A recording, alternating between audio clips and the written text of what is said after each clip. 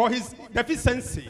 I mean to say, if a husband is weak, the wife make up for his deficiency. And if a wife is weak, the husband makes up for her deficiencies. That's how marriage runs. And then Jonah's family was able to cope through because the wife was praying for the husband. But now the man wanted to leave home, and he picked up a little baggage he had, and he began to leave. And he was going to touch it, going contrary to where God had sent him, and a storm was caused to rise on the sea, and Jonah became very, very challenged in that situation. But one of the things that happened to Jonah is that as soon as they landed in the sea, Jonah went down to the ship to sleep. You know, so many of us might have slept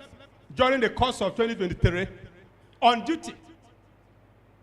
When God gave you opportunity to preach, you were sleeping. When there was a room for you to act for God, you ignore.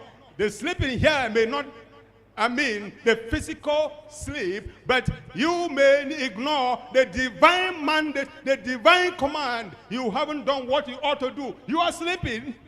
And Jonah went down, Jonah chapter 1 verse 3, Jonah went down 2 times in that place. Jonah chapter 1 verse 3. He went down 2 times, and verse 5. He went down again. Jonah kept on going down and down. Why? Because he was disobeying the Lord.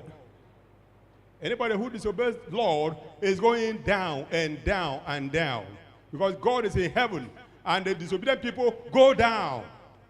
And Jonah went down to sleep, was fast asleep, and when the storm was heavy, and the people who were with Jonah, they were merchandise, and they began to cast off their goods, and they cast off until they knew that the reason for the storm was not actually from them. Most of the goods they bought from market, they have thrown them into the sea. Yes, the storm was still beating down, and the mariner remembered there was one of the hypocrites who was in the ship. And if you are a hypocrite in the church of God, God will fish you out.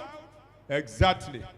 And then they went and fished out Jonah, and they saw Jonah sleeping, snoring.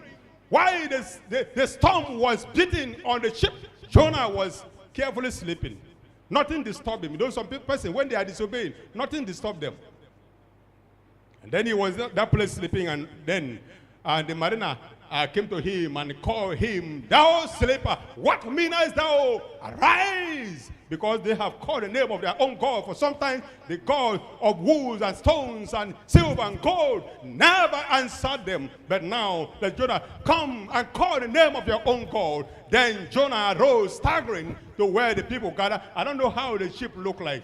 They gathered together in a particular place, and they brought Jonah, and he was wiping sleep away from his face, and Jonah came. Jonah came down to the midst of these people,